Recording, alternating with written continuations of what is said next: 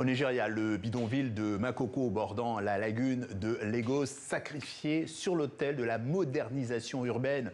Ce sont donc des habitants dépités qui entassent leurs maigres affaires sur des pirogues pour quitter ce quartier insalubre, déjà en cours de destruction. À l'avenir, des projets immobiliers ambitieux devraient bientôt voir le jour. Grégory Fontana, Lionel Bellon.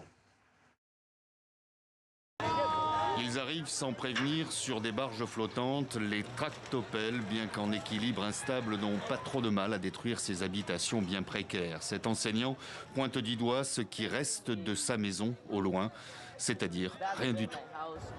Je suis enseignant, mais j'ai aussi une petite entreprise. Mais à cause de l'expulsion, je ne peux rien faire. Ma maison a été démolie, mon magasin a été démoli, même certaines écoles où j'enseigne ont été démolies.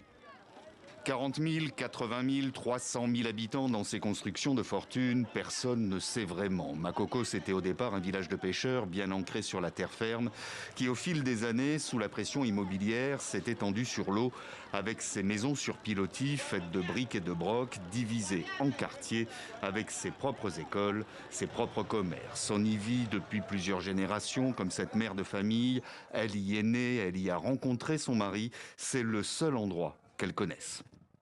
Les autorités sont venues démolir ma maison. Nous n'avions pas été prévenus de leur arrivée et depuis, nous n'avons nulle part où aller. Il y a quelques jours, il a plu et l'eau nous tombait dessus.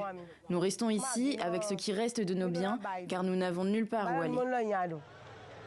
Pas d'eau courante, ni d'électricité, des conditions de vie insalubres et pourtant ces habitants refusent que Makoko soit appelé bidonville. C'est pourtant ce que mettent en avant les autorités pour y envoyer régulièrement tractopelles et autres engins de chantier pour y lancer d'ambitieux projets immobiliers. Et l'histoire se répète sans fin, les familles délogées se réinstallent un peu plus loin. Avant de pouvoir aller pêcher, je dois trouver un endroit convenable où ma famille et moi pourrions loger temporairement. Mon souci actuel, c'est de savoir où ma famille va pouvoir dormir. Depuis ces derniers mois, ce sont plusieurs quartiers déshérités de Lagos qui connaissent le même sort dans cette ville de 22 millions d'habitants, appelée à devenir d'ici la fin du siècle la plus peuplée du monde.